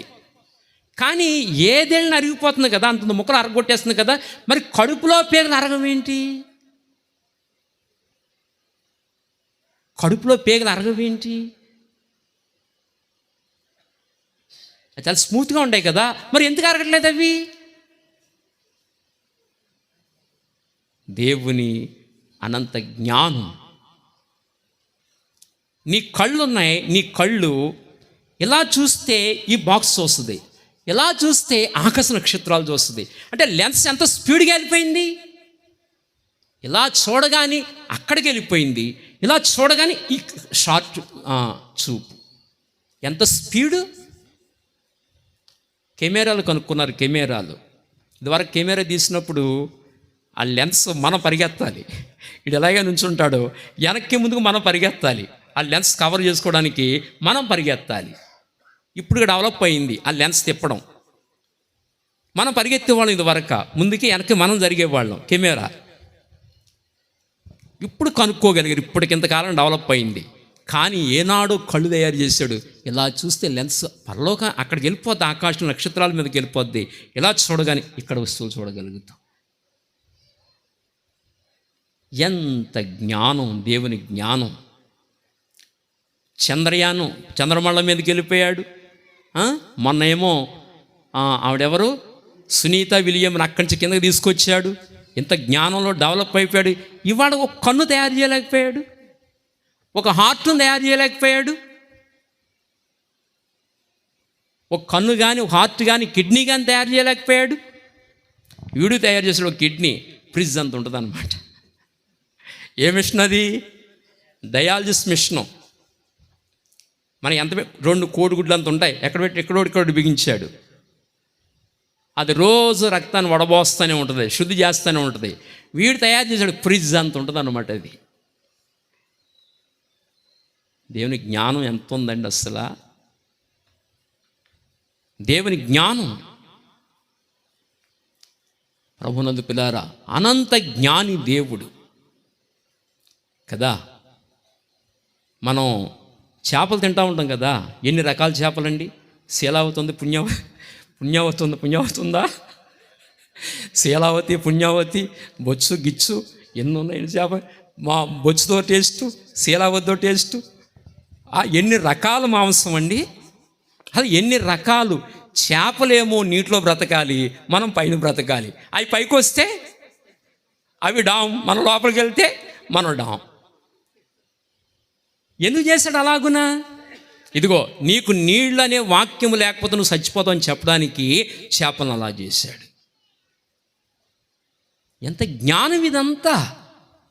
ఈ సృష్టి అంతా ఎవరి హృదయంలో ఉందంటే దేవుని హృదయంలో ఉంది. అందుకే ఈ వచనంలో అందుకే చెప్పాడు.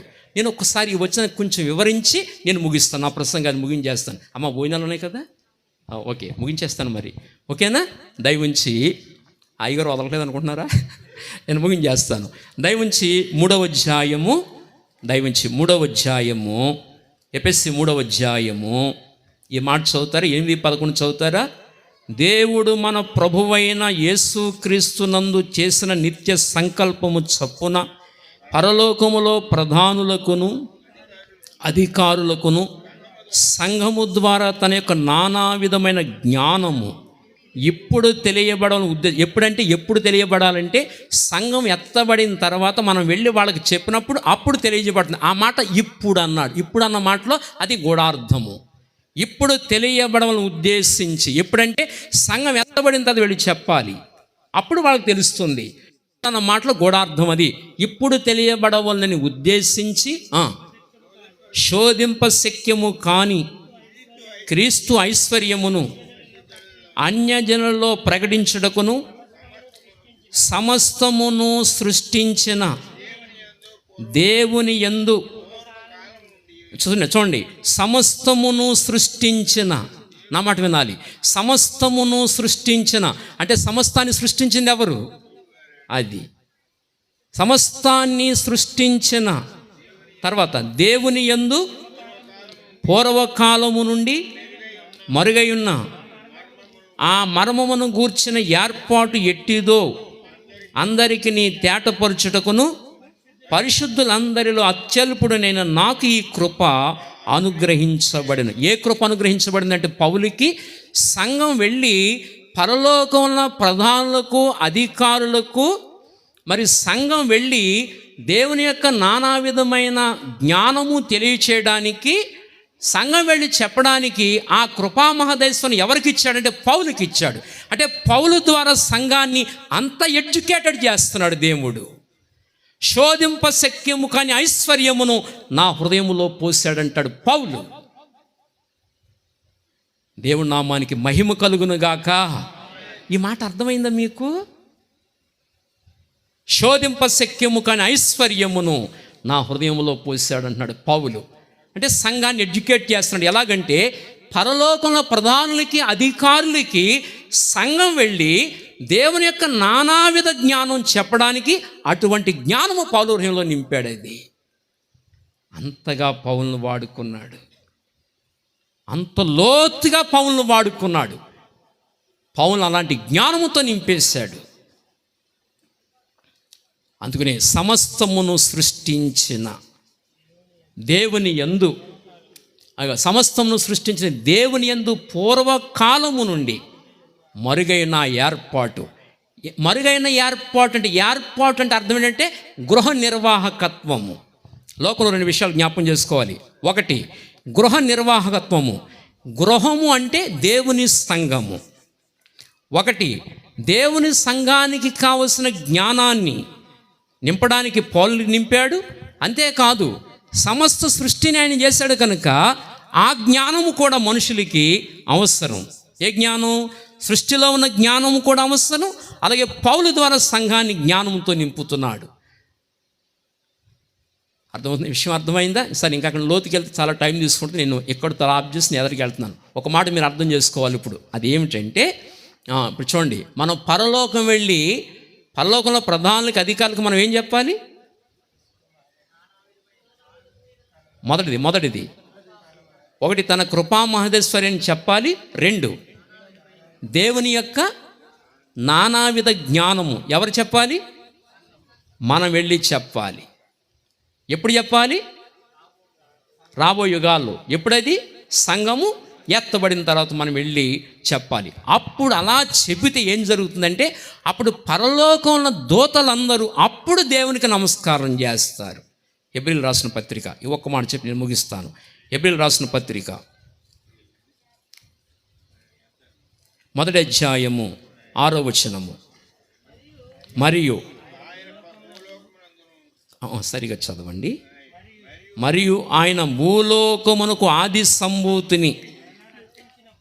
సంభూతిని మరలా రప్పించినప్పుడు దేవుని దూతలందరూ ఆయనకు నమస్కారము చేయవలని చెప్పుచున్నాడు. దేవుడు చెప్తున్నాడు ఏమని? ఆది సంభూతిని మరలా భూలోకానికి రప్పించినాడు. మరలా అన్న మాట అర్థం ఏమిటి? ఒకసారి రప్పించాడు. ఎప్పుడు? మొదటిసారి వచ్చి ఏం చేశాడు? ఆది సంభూతుడు అంటే యేసుప్రభు ఏం చేశాడు? రక్షణ కొరకు సిలువలో బలియాగమయ్యాడు, మన అందరికీ రక్షణ ఇచ్చాడు, వెళ్ళిపోయాడు. ఇప్పుడు రెండోసారి రప్పిస్తాడు. ఎందుకు రప్పిస్తాడు? సంఘమును తీసుకెళ్ళడానికి రెండోసారి వస్తాడు. అప్పుడు రెండోసారి వచ్చినప్పుడు సంఘాన్ని తీసుకుని వెళతాడు. సంఘాన్ని తీసుకుని వెళ్ళిన తర్వాత సంఘం ఏం చేస్తుందంటే, పరలోకంలో ప్రధానులకి అధికారులకి మొత్తం దూతలందరికీ దేవుని యొక్క కృపా మహదైశ్వర్యమును, దేవుని యొక్క నానావిధ జ్ఞానమును వాళ్ళందరికీ సంఘం వెళ్ళి తెలియజేసినప్పుడు అప్పుడు వాళ్ళలో ఉన్న ఈ అనుమానాలు ఇవన్నీ తొలగిపోయి అప్పుడు ఏం చేస్తారు? అప్పుడు దేవునికి సాగిలపడతారు. అది ఎవరు సాగిలపడతారు? ఎవరికి? దేవునికి. దూతలందరూ కలిసి ఎవరికి సాగిలపడతారు? దేవునికి సాగిలపడతారు. అప్పుడు దూతలందరూ అంటారు అనమాట, తండ్రి ఇంత కృప కలిగిన వాడవా, ఇంతకాలం నేను అర్థం చేసుకోలేదు, నాయన సంఘము చెప్తేనే కానీ మాకు అర్థం కాలేదు, నీ జ్ఞానం ఇంత గొప్పదా,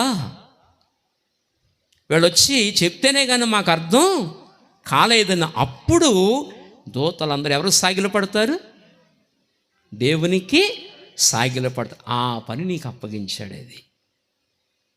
అది గొప్ప కార్యం. అర్థమైంది? అది గొప్ప కార్యము. ఆ బాధ్యత నీకు అప్పగించాడు కనుక ఇన్ని మహోపకారాలు సంఘం ఎడల చేశాడు కనుకని చెప్పండి, దేవుని ఏం చేయాలి? స్తుతించి ఘనపరచాలి. ఏమీ తెలియని మన బ్రతుకుల్లో దూతలకి చెప్పగలిగే స్థాయికి తీసుకెళ్ళిపోతున్నాడు మనల్ని. అంత జ్ఞానం చేస్తున్నాడు మనల్ని.